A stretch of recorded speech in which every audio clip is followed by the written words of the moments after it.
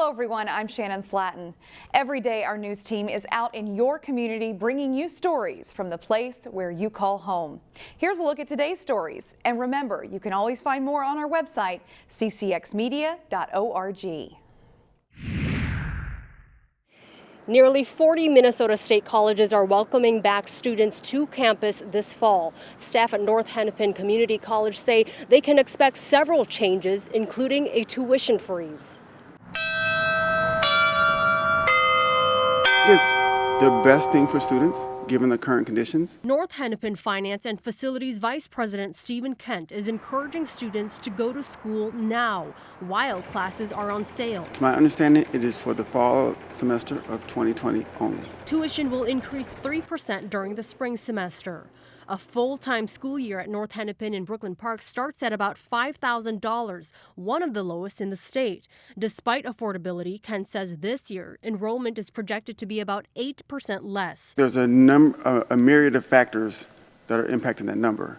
The economy, COVID-19, people are scared. To increase that number, Minnesota state colleges have expanded scholarships dramatically in certain studies, and safety precautions have been implemented on campus. Most courses will be online or a hybrid between the two. Students are only required to come to campus if they need in-person classes or labs. Inside the plan, we will issue hand sanitizers, keychains, to every person coming on campus. Safety plans also include giving washable masks to everyone on campus, as well as installing dividers in hallways. I know we care about students. I know we care about each other. Kent adds that the ultimate goal is to create a learning environment without distractions. In Brooklyn Park, PAFOUA Yang, CCX News.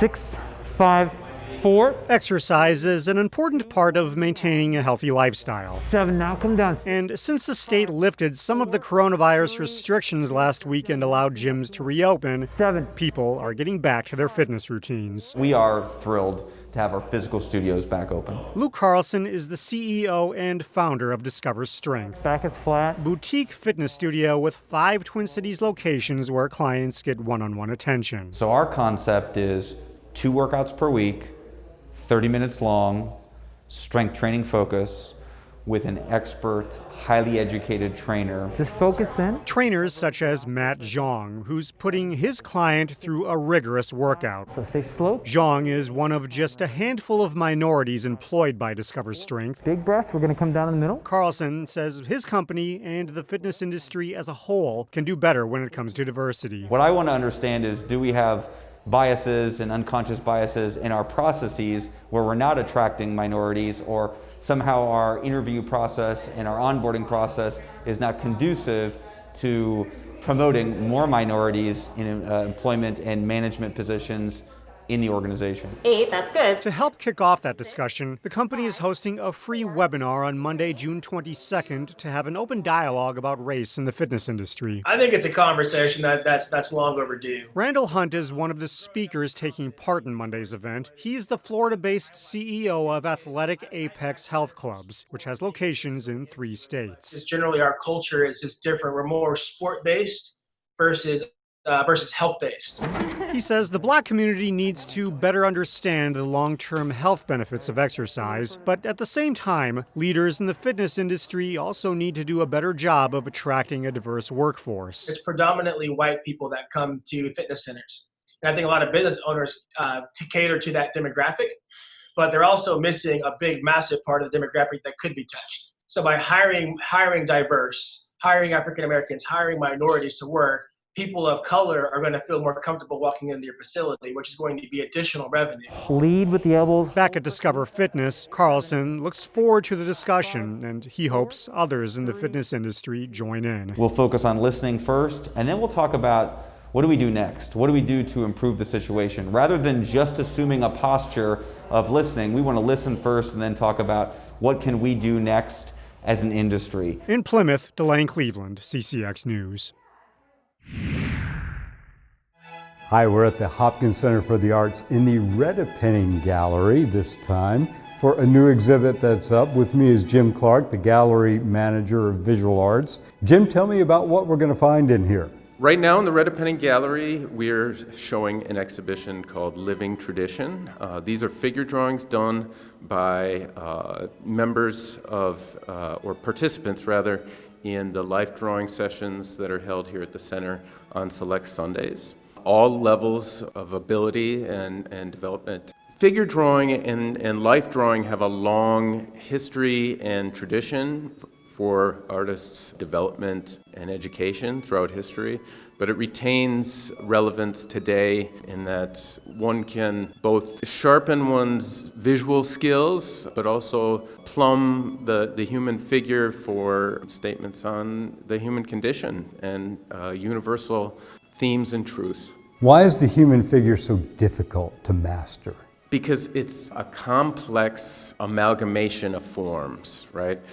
People oftentimes speak of how difficult hands are, and that's because hands are a whole collection of bones within a fleshy sack. And you've got hands, and you've got feet, and you've got arms, and they're all engaging space in different angles, which can be quite challenging. And then you get into the foreshortening the form as well. So one could really devote a lifetime to studying the figure. Come on in if you have some time. From now in Hopkins, Neil Persley, CCX News. Find more local news stories at ccxmedia.org and follow us on social media.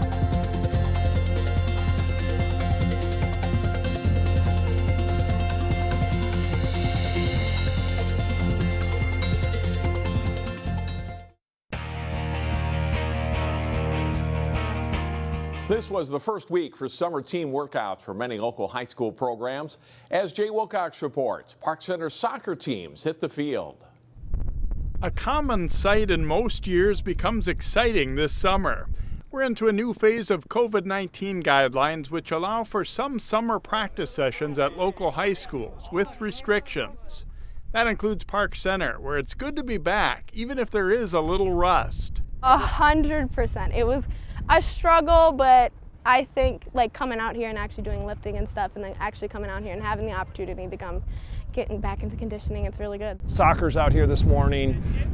Football will be waiting until July. Some of the sports are waiting. Girls basketball, volleyball are waiting, but boys basketball will be in the gyms tonight with obviously Department of Health, social distancing and guidelines in place. So we're very excited. It's been 3 months and a long 3 months for the kids as well. And it isn't just about the physical activity or skill sharpening. Also, it's good to be with friends again because we've been all quarantined up. 1, 2, 3, fire! All by ourselves, and we're starting to feel kind of lonely.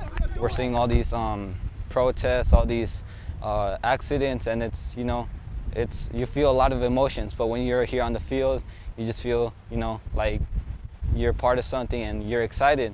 Like last night, I could barely sleep because I was just so excited to be here again with my teammates. Most summers, the weight room gets heavy use. Not so this year, as a reminder that we're far from done with the coronavirus. We're trying to do a new normal with that, to fit outside, doing exercises that you would do without the advantage of weights and dumbbells. Because if you have that, then you have to clean them. And obviously, if you're doing heavy weightlifting, squats and bench press, you automatically have to have a spotter. Well, if you have a spotter, you can't spot from 6 feet away. It's not quite all systems go, but these Park Center athletes are delighted to be back in the game. Jay Wilcox, CCX Sports.